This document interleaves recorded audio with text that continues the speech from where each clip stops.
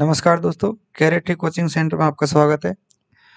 और आज हम स्टार्ट कर रहे हैं आरपीएससी फर्स्ट ग्रेड की स्कूल व्याख्याता के जो फर्स्ट पेपर होता है जीके वाला, उसी का एक चैप्टर है नौकरशाही की संरचना, स्ट्रक्चर ऑफ ब्यूरोक्रेसी। तो इसका पार्ट फर्स्ट हम स्टार्ट करने जा रहे हैं।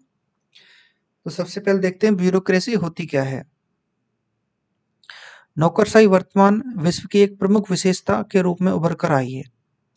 लगभग हर क्षेत्र में, चाहे वो सार्वजनिक अथवा निजी क्षेत्र के बड़े हों अथवा विकसित अथवा विकासशील देश हों, सभी में संपर्क कार्य कराने हेतु अधिक संख्या में कर्मियों की नियुक्ति की जाती है। यानी कि किसी भी कंपनी हो, कोई भी संस्था हो, उसमें सभी के एम्प्लॉयमेंट की नियुक्ति की जाती है। अतः नौकरशाही एक सर्वव्यापी आवश्यकता बन गई है। इसके बिना कोई भी संस्था सुचारू रूप से कार्य नहीं करती है। आर्थिक, सामाजिक, राजनीतिक जीवन व्यापक रूप से नौकरशाही संगठनों से प्रभावित होते हैं। नौकरशाही की प्रवृत्ति राजकीय शासन के क्षेत्र में सर्वाधिक व्यापक है। यानी कि सरकारी क्षेत्र में ये नौकरशाही की प्रचलन सबसे ज्यादा है। अब हम देखते हैं नौकरशाही का मीनिंग क्या होता है। आशय, मीनिंग ऑफ ब्यूरोक्रेसी। तो हम इसके सबसे पहले समरी के रूप में देख लेते हैं। पहले ब्यूरोक्रेसी होता है, वो एक फ्रांसीसी भाषा के ब्यूरो शब्द से बना है। BUREA, ब्यूरो, ब्यूरो से बना है ब्यूरोक्रेसी। और इस ब्यूरो का अर्थ होता है ड्रॉवर अथवा लिखने की मेज। यानी कि जो ड्रॉवर होती है हमारी, वो इसका मतलब होता है। और इसी का आशय होता है विभागीय उप संभाग, यानी कि कोई भी डिवीजन होता है उसी का पार्ट है वो। और नौकरशाही अधिकारियों की सरकार के रूप में इसको एक देखा जाता है। और इस नौकरशाही शब्द का सर्वप्रथम प्रयोग किया था फ्रांस के विंसेंट डी गोर्नी के द्वारा।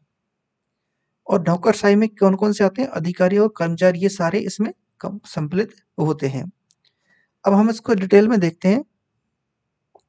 अंग्रेजी भाषा का शब्द ब्यूरोक्रेसी, नौकरशाही फ्रांसीसी भाषा के शब्द ब्यूरो से बना है। यानी कि ब्यूरोक्रेसी है वो एक ब्यूरो शब्द से बना है, जिसका अर्थ ड्रॉवर या लिखने वाली मेज अथवा डेस्क था। ये इसका अर्थ था। इसका आशय एक विभागीय उपसंभाग या फिर विभाग था। इसका एक आशय था विभागीय उपसंहार, उपसंभाग। शुरुआत में नौकरशाही शब्द का प्रयोग एक ऐसी सरकार के लिए प्रयुक्त किया गया जाना प्रारंभ था जो अधिकारियों के द्वारा चलाई जाती थी। यानी कि ऐसी सरकार जो केवल अधिकारियों के द्वारा चलाई जाए, उसका इससे मतलब लिया जाता था। नौकरशाही शब्द के सर्वप्रथम प्रयोग विंसेंट डी गोर्नी के द्वारा 1745 ईस्वी में सर्वप्रथम इसका प्रयोग किया गया। उन्होंने इस शब्द को शिकायत के रूप में प्रयुक्त किया। यूरोप में यह शब्द मूलतः साधारणतः नियमित रूप से सरकारी कर्मचारियों, अधिकारियों के लिए प्रयुक्त किया जाता था। आगे चलकर ब्यूरोक्रेसी शब्द का प्रयोग एक विशेष प्रकार की निरंकुशवादी और संकुचित दृष्टिकोण एवं सरकारी कर्मचारी, अधिकारियों की स्वेच्छाचारी सरकार के लिए इसका उपयोग किया जाए। यानी कि जो मनमाने ढंग से गवर्नमेंट के एम्प्लॉइज वगैरह, ब्यूरोक्रेसी जो थी, उसके लिए ब्यूरोक्रेसी शब्द का उपयोग किया जाने लगा। धीरे धीरे इसका भावार्थ नियमों का कठोर एवं अवमानना पालन, सरकारी कामकाज की जटिल प्रक्रिया एवं उत्तरदायित्व पूर्ण व्यवहार आदि से किया जाने लगा। यानी कि धीरे धीरे ये शब्द का मतलब कुछ नेगेटिव होने लग गया, जैसे कामकाज में ढिलाई, किसी का मनमाना रुख होना। तो इस तरह से इसका नेगेटिव अर्थ धीरे धीरे प्रयुक्त में होने लगा।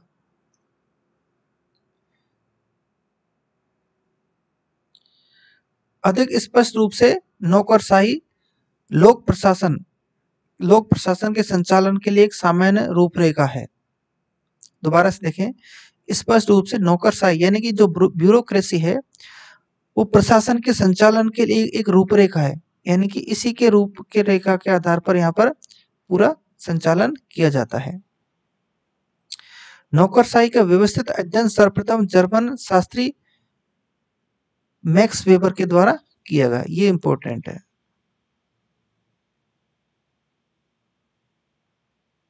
Max weber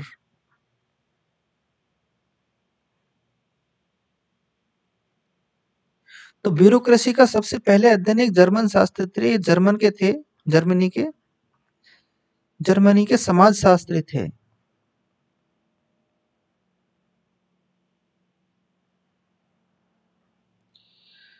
max weber Germany के एक समाजशास्त्री थे। इन्होंने सबसे पहले नौकरशाही की का व्यवस्थित अध्ययन शुरू किया। इन्होंने सबसे पहले इसका व्यवस्थित अध्ययन शुरू किया और नौकरशाही की संरचना के साथ में इन्होंने परिभाषा दी। मैक्स वेबर ने नौकरशाही को प्रशासन की तर्कपूर्ण व्यवस्था बताया। इसने रेशनल अरेंजमेंट बताया, रेशनल मैनेजमेंट बताया इसको इसने। तो प्रशासन की इसने तर्कपूर्ण व्यवस्था,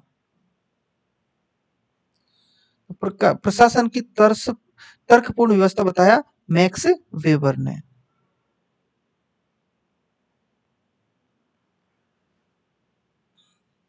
इसके अनुसार संस्थागत मानव व्यवहार में तर्कपूर्णता लाने का सर्वोत्तम साधन नौकरशाही है।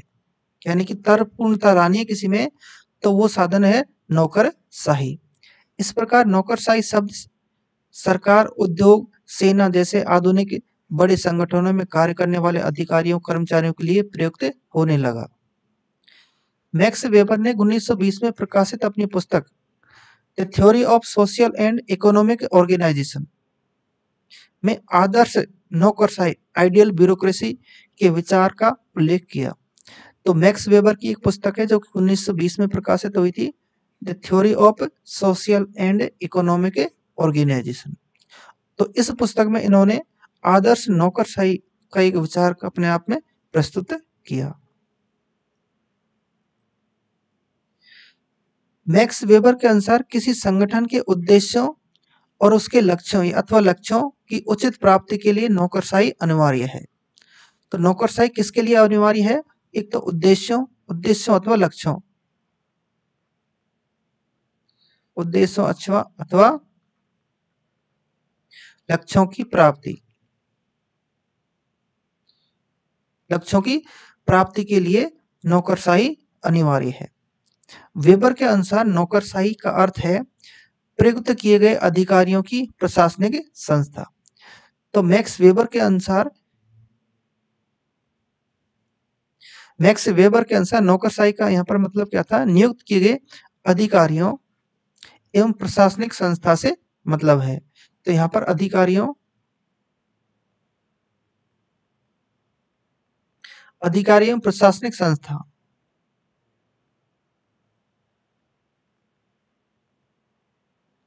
अधिकारी एवं प्रशासनिक संस्था, इन दोनों से इनका मतलब था नौकरशाही से।